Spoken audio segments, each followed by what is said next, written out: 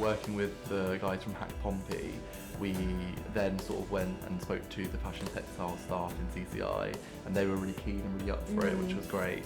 And then we kind of held a briefing event to kind of relay the theme to people. And we had 3 speakers. Zach from Hack Pompey, so he was explaining all about hacks and the aim of the day through a technology point of view, and just letting the students know what support there was, and if they do bring in some technology that they will be able to get help with it.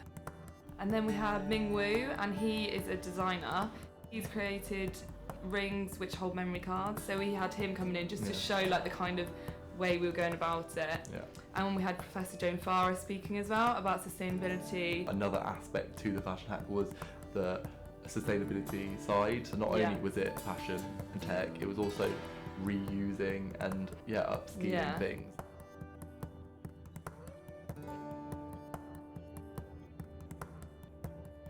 Things that they made, we encouraged them that they were recycled things. So like if they're making fashion items, that all the garments were old garments that were recycled, just things you kind of had laying around the house, like an old pair of jeans, an old top and stuff. And then we even incorporated that with the tech, and we went around CCI Eldon building and we kind of located loads of unused tech, and that was really good because we kind of sourced that all. The Fashion Hack has left a real impact actually on the faculty. Tom Cluley was really passionate about it, and he spoke at the event about sort of sustainability in fashion and the future of fashion. They've now incorporated it into their CAP period, where students have to design a dress, but now they have to incorporate an element of technology into it.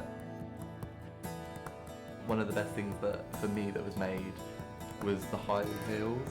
They're basically high-heeled shoes that when you kind of click them together, kind of a bit like Dorothy from Wizard of Oz, it played music. When they were explaining at the end, they were kind of like, it's like an everyday, like the sidewalk is your runway.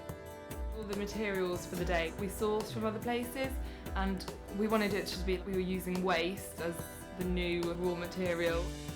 We went to the Beneficiary Foundation, which is in Fratton, and they were very helpful and gave us lots of materials, lots of fun things like seat belts. Surgical hat. People made really nice like ruffled like tops with those, and they were really, really nice.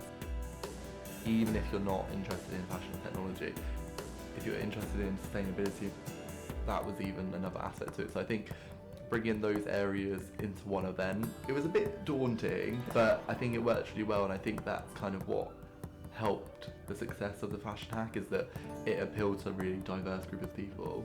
But we have managed to get an MP3 player and a speaker into a booth. You can just about hear it. When we think of fashion, we think of clothes, we think of designer items, but what's more fashionable than retro computing? What I did, I took a glove and stuck a makey on top of it, and then connected a load of wires to tin foil so I could actually use the buttons. Pretty simple, and you could play Half-Life with it as well. Me and Beth wanted to make a light up skirt, so we made a light up skirt. Basically, the more you move, the brighter it is, the more fun. Yeah. But it's still kind of, I think it's quite beautiful even without moving into it. Under my collar, and it's a sensor that knows when I put the coat on. So when I put my coat on, it goes, oh, I'm in the house. Are you sorting hash? I'm going to use a Raspberry Pi to like manually trigger the audio, but then I have to like Bluetooth into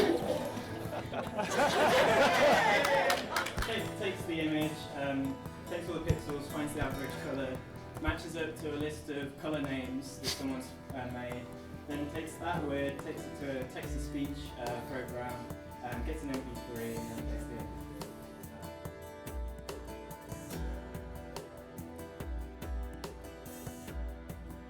Wear this as the 1980s equivalent of an Apple Watch. It'll be the same kind of inspiration and passion that Apple was founded on.